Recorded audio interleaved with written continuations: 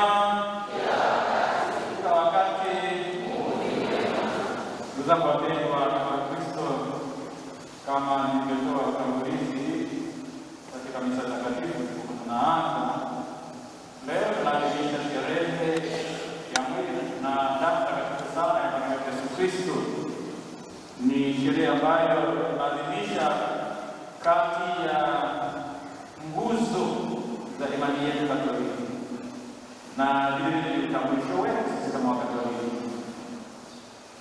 Ukiondoa kanisa takatifu, kanisa halitakuwepo, na ndio kilele katika kitu na umisionari wetu. Kwa tunaadhimisha siku muhimu sana kwetu.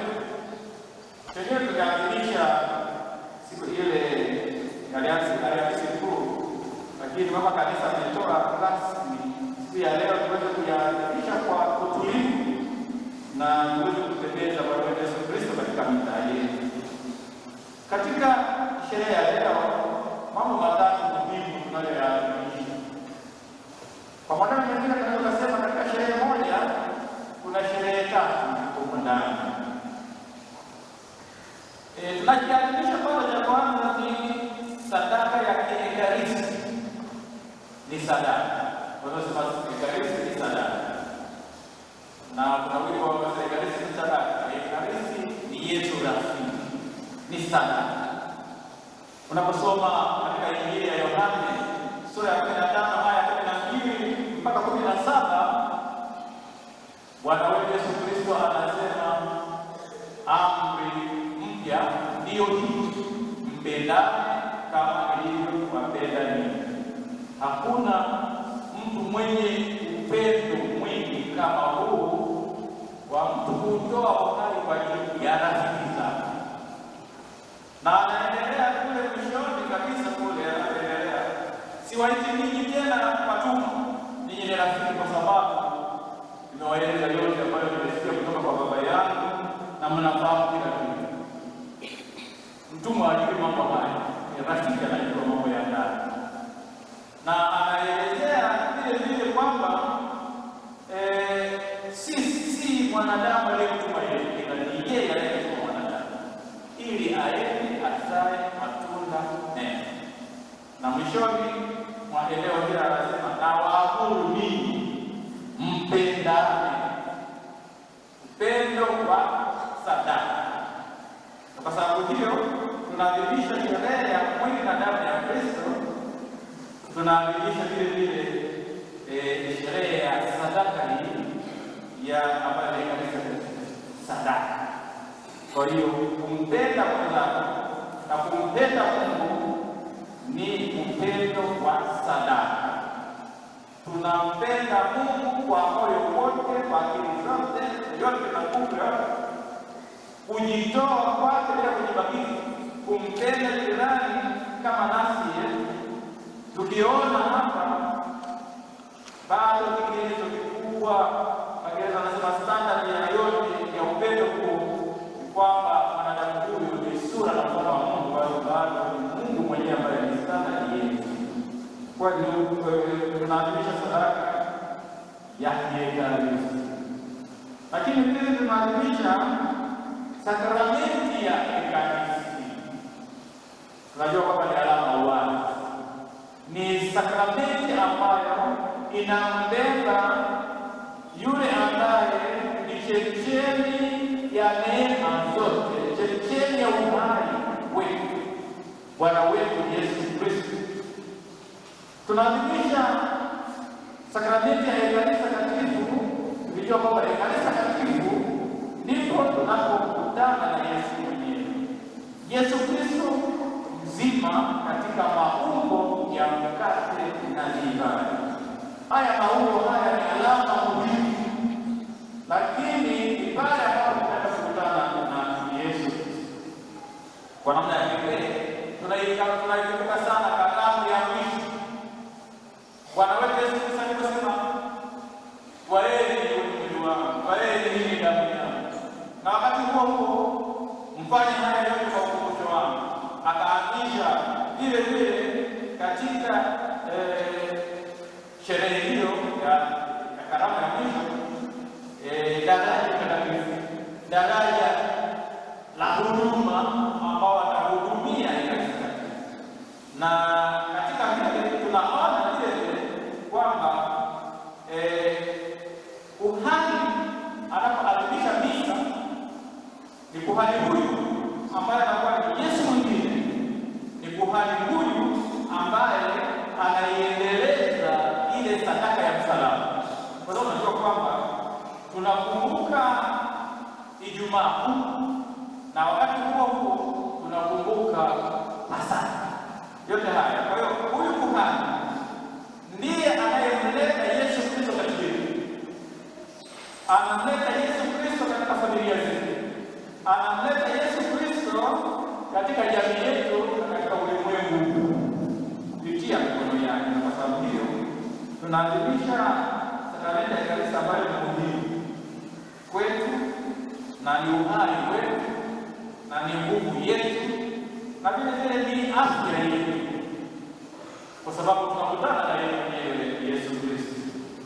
Na katika hilo tusipotambua umuhimu na ukuu wa Ekaristi Takatifu tutadanganyana sana. Adhimisho la Ekaristi Takatifu tunajua kwamba ni ukuu wa Ekaristi Takatifu kwa ndio kilele katika konsakrasio, wakati ule ambapo twaeni huu ni mwili wako, twaeni damu yangu, ndio kilele kabisa. Kwa sababu hiyo ukuu wa misa kufanana na vile vile uwezi kusema kwamba naenda sisi gani kwa ajili ya kukamilisha mambo yote nakamilika katika hali. Lakini vile vile siku ya leo tunaadhimisha uwepo wa Yesu Kristo katika sakramenti takatifu ya altari. Kama tukiimba ule wimbo ambao ulitungwa na Mtakatifu Thomas wa Aquino, anaimba vizuri sana, anasema wapita umungu wako msalaba na ubinadamu wako altari. Tuna mambo mawili pale, nasema kwamba yote tunasali. Yesu Kristo ni Mungu mtu kwa ajili ya kutukomboa. Uwepo wake katika sakramenti hiyo takatifu ya altari. Na ndio maana tunaona umuhimu wa kumwabudu Yesu huyo katika Ekaristi Takatifu. Na ndio maana tunapotangaza kwamba leo jamani tunaenda kumwabudu Yesu Kristo wa Ekaristi Takatifu, tusilete mchezo, tusije tukafikiri kwamba ni utani. Tuende katika imani na tukamwabudu. Na haya yote yanatokana na ahadi yake aliyoitoa wakati huo anaelekea kwamba ametoa amri, enendeni ulimwenguni mote mkawafanye wote mataifa yote kuwa wanafunzi wangu, mkiwabatiza kwa jina la Baba na Mwana na Roho Mtakatifu. Lakini mwisho anasema, tazama nipo nanyi mpaka ukamilifu wa dahari. Naposoma Injili ya Mathayo sura ya 28 aya ya 20, tazama nipo nanyi mpaka ukamilifu wa dahari. Yuko na sisi na tunamuona katika Yesu. Na kwa sababu tunahitaji imani ya Kristo, ndio maana anasema kwamba ni kati ya nguzo ya imani yetu Katoliki. Usipokuwa na imani unajua unaweza kula mkate. Ndio maana ukiangalia katika ulimwengu wa leo pengine tunajisahau, tunajiandaa, tunaenda kumpokea mtakatifu wa mtakatifu wenyewe, chemchemi ya yote, chemchemi ya neema zote. Kwa sababu tuliandaa hizo katika neema ili tuweze kumpokea, na sio hata kuweza kukumbushwa. Jamani, sasa wale ambao watampokea ni wale ambao wamejiandaa. Tunafahamu wajibu wetu kama waumini, kama wafuasi wa Bwana wetu, kwamba tuko naye na kwa sababu hiyo tunaweza kupokea kwa moyo. Ukiangalia masomo yetu ya leo na tunapoadhimisha sherehe hii muhimu kwetu, utaona kwamba tunaona mambo makuu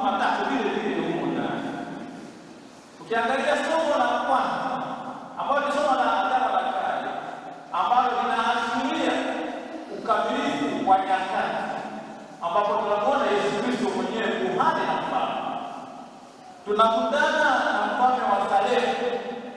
Wakati huo huo ni kuhani wa Mungu aliye huyu anamlaki Abrahamu ambaye kutoka vitani, anamlaki, anatolea mkate na divai,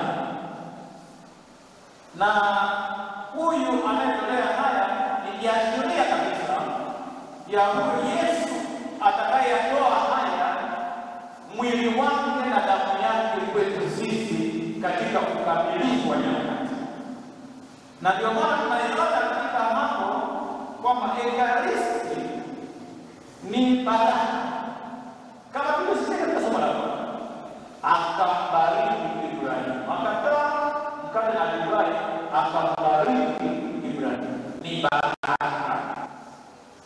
Mara nyingi tunasema kwamba tunaenda kwenye baraka. Ekaristi takatifu ni baraka, baraka kwetu. Ekaristi takatifu vile vile siku baraka ni sifa kwa Mungu, kwa sababu yeye huyu alibariki Ibrahimu, vile vile ahimidiwe Mungu aliye ni sifa kwa Mungu, ni baraka na ni sifa kwa Mungu, ambayo yote haya tunayafanya tunapoadhimisha Ekaristi. Tunapata baraka lakini tunamsifu, na hatutafuti sifa zetu.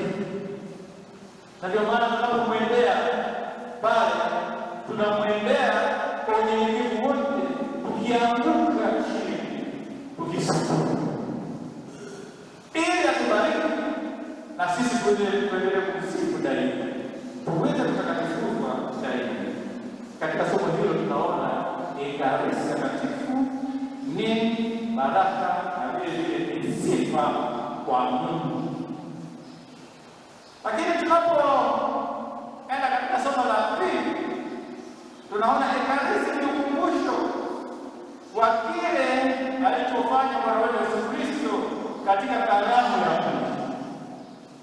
Katika mageuzo, kuhani anarudia maneno ya Yesu, twaeni mle nyote,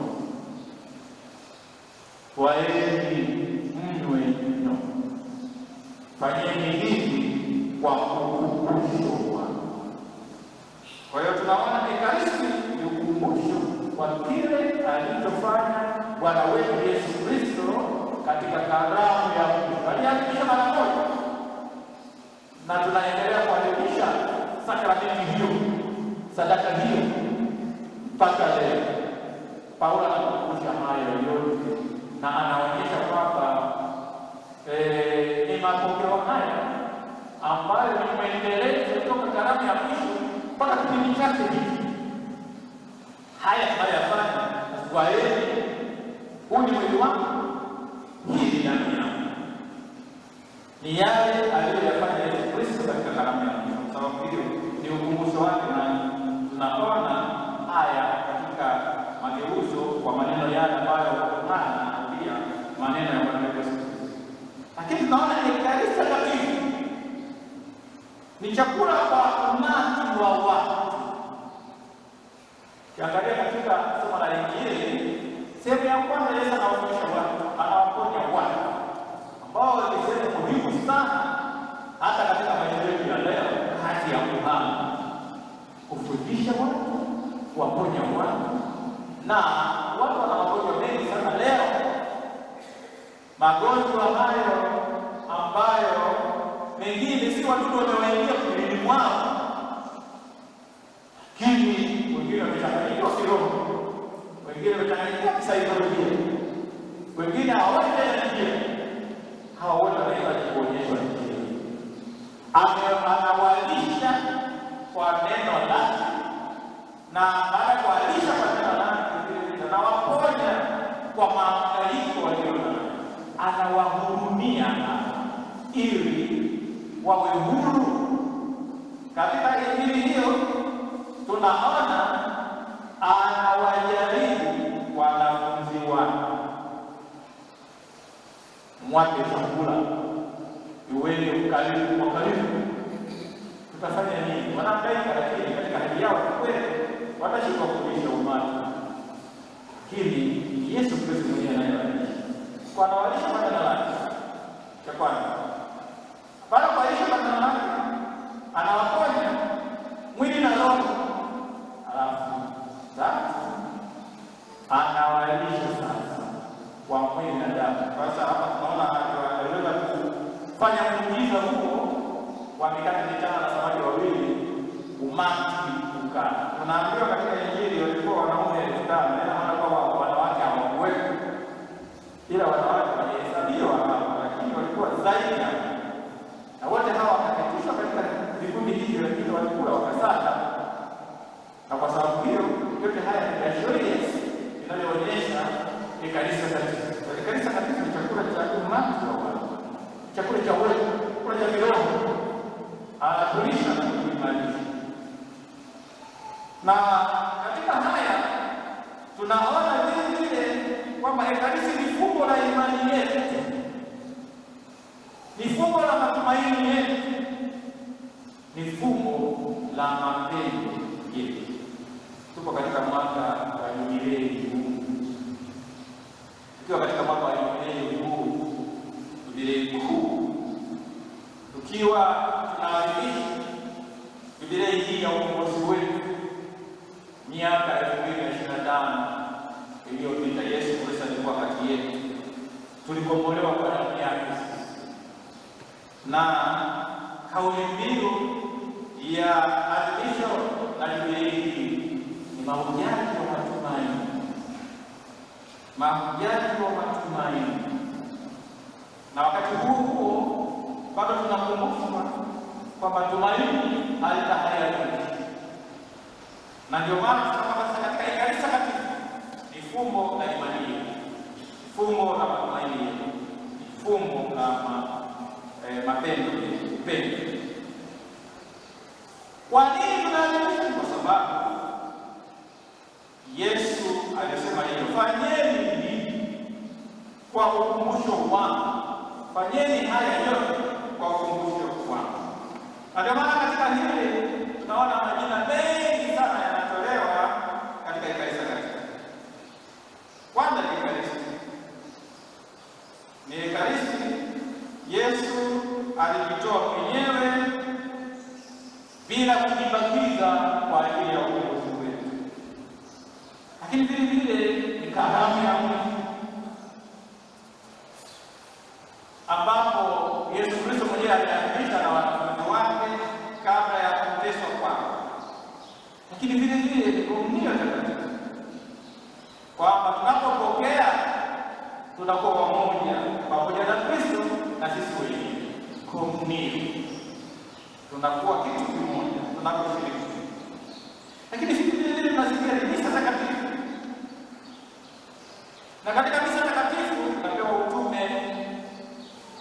Tunaposhiriki misa takatifu, unajua tunalishwa kwanza katika neno la Mungu, afu pili katika meza ya Ekaristi Takatifu. Mwisho wakati anasema kwamba nendeni na amani. Ni utume, tunapewa utume, nendeni na amani. Au naambiwa vile vile misa ile mnakuwa sasa kwenda kuiishi Injili, kuishi ndio wapasa. Mmepata nini katika adhimisho hilo? Mmefaidi nini katika adhimisho hilo? Na ndicho kipata hiki si mali yenu pekee, msiwa wa binafsi, kashirikishi, mnatuma. Ndio maana tunaona umuhimu wa kushiriki. Tulikumbusha bado katika sinodi ya maaskofu, kanisa la sinodi, ushiriki na umisionari. Hili ndio kanisa la misionari la sinodi, ambao wote wako katika chombo kimoja, wanatembea pamoja. Washiriki wako katika moyo mmoja, hao wanatembea pamoja hao, na kila mmoja anashiriki, si anahudhuria. Kuna hatari ya kuhudhuria kwenye misa takatifu, na matokeo yake hujui tena kufanya nini. Hili kanisa ya kuhani yule ilikuwa mahubiri yake yalikuwaje? Ukiulizwa kwamba somo la kwanza lilitoka wapi, hujui. Somo la pili lilitoka wapi, hujui.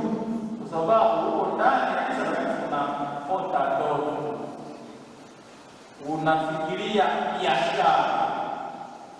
Na kwa sababu hiyo wakati unafanya biashara kwa ndio maana tunakuja kila wakati fulani unaona hapa sasa tukumbuke kuziba si hatujui kwamba tunaenda kwenye maadhimisho sasa tuzime tunajikabidhi mikononi mwa Mungu tuzime simu zetu na kwa sababu tunaenda katika maadhimisho tunasema ni yake siku zangu nyumbani ili tukaadhimishe vizuri nikashiriki umiliki wa kile ambacho tunakiadhimisha mchapano na mimi niko pale. Bwana awe naye anamwangalia kusudi. Bwana anayetika sasa nafasi yako wewe.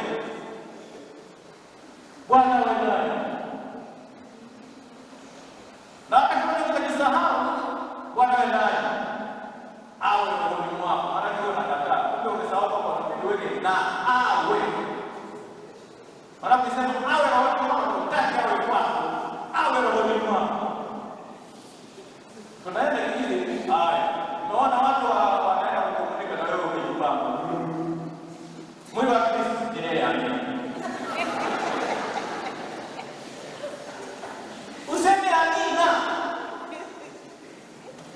Sema amina maana unakubali kweli ni mwili wa Yesu. Ndiye amina. Au unashangaa uelewe. Ana maana kiangalia katika watu wengine wanasema kila wakati wanaenda kupokea nini? Kila mtu anataka kupokea nini? Ndio maana tunaona katika maisha yetu kuna mamluki wengi ambao wanaingilia haya maadhimisho haya. Anakuja Ibrahim nikaangalia. Wala hajui hata kwamba kanisa ni nini. Hajui. Na matokeo sasa mwili wa Kristo kuangalia usiku. Na sisi wakati tunasahau tunao wajibu sisi kutambua kwamba tunapoadhimisha Yesu tulikuwa kwenye kanisa pale tunaadhimisha, tulikuwa kwenye misa, mshiriki nini? Mwili wa Kristo, amina. Nikisikia nyumbani katika adhimisho hili, amina katika moyo. Na wanampokea Yesu Kristo wako na kukaa naye ni muhimu na wanashukuru hili. Ndio maana ya hiyo kwamba kushiriki. Lakini mwishoni tunakumbushwa kwamba na umisionari usikae na yule Yesu aliyempokea wewe, uende ushirikishe kwa wengine maisha yako sasa ambayo unayaishi.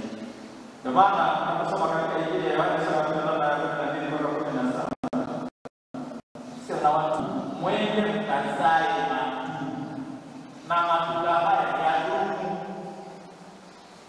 So natoka kanisani kupokea Yesu na ukumbavu kwa maana ndio ndio katika watu sana. Wapi na wapi? Ndio maana ni lazima tujue kwamba tunapompokea Yesu Kristo sisi tunakuwa tabernakulo. Tunakuwa tabernakulo. Maana Yesu anatupa yuko kwetu. Unapopita mitaani, unaposema sehemu fulani, watu wanamuona kwako. Na wanatamka kwa kushuhuda, tumeona mtumishi wako. Lakini umetoka kutoka kanisani kutoka kwa wewe. Jamani. Matokeo yake sasa unaweza kushangaa umezoea matusi haya hata kufahamu na kufa unasema funga au unakata roho. Na kwa sababu hiyo lazima tujue kwamba tunatakiwa kupokea ujumbe ambao ni wa upendo wa Kristo. Nijifunze kuishi na wenzangu kwamba sisi washirika tumempokea Yesu kwa sababu tumempokea wote pale na yuko pamoja nasi, yuko na mwenzangu, yuko sisi sote na kwa sababu upendo kanisa.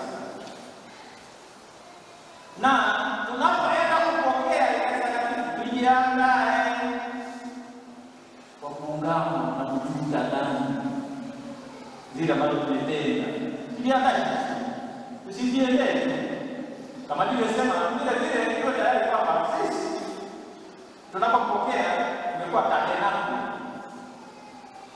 na kwa sababu kama tumekuwa tabernakulo, ili tabernakulo ndio inatembea katika ulimwengu huu, na ndio maana mtaguso wa pili wa Vatikano unatualika katika haki ya mwanga wa mataifa kutakatifuza malimwengu kwa maisha yetu, kwamba tunapotembea huku ni tabernakulo ambaye nimembeba Yesu Kristo, ninatembea nayo kwa mtaani, natakatifuza malimwengu kwa maisha yangu, kwa sababu kama nimembeba Yesu Kristo hii ovyo, nitaishi na nipasa kama mtoto wangu.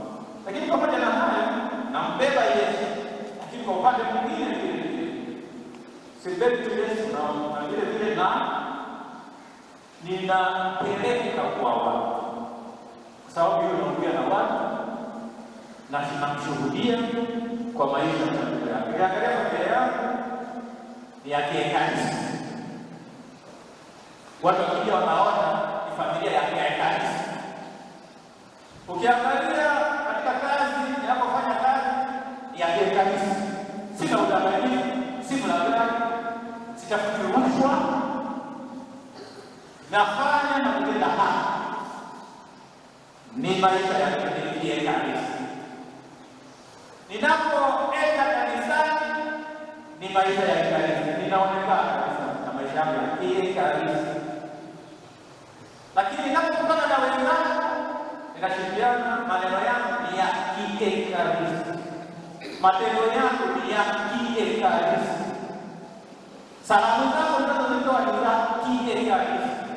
Niyo katika siasa, kwenye siasa huko, siasa yako hiyo unayoitoa unayofanya ni ya Kiekaristi, si ya udanganyifu, si ya kudanganya watu, ni ya Kiekaristi. Kila kitu nafanya hivyo kwa sababu nimembeba Yesu, na kwa sababu siwezi kuenda pengine ambapo hayupo na mtafuta. Ndio maana kila wakati tunajua kabisa kwamba ili tufikie yale malengo ya utakatifu, lazima tuweze kutakatifuza ufahamu wetu.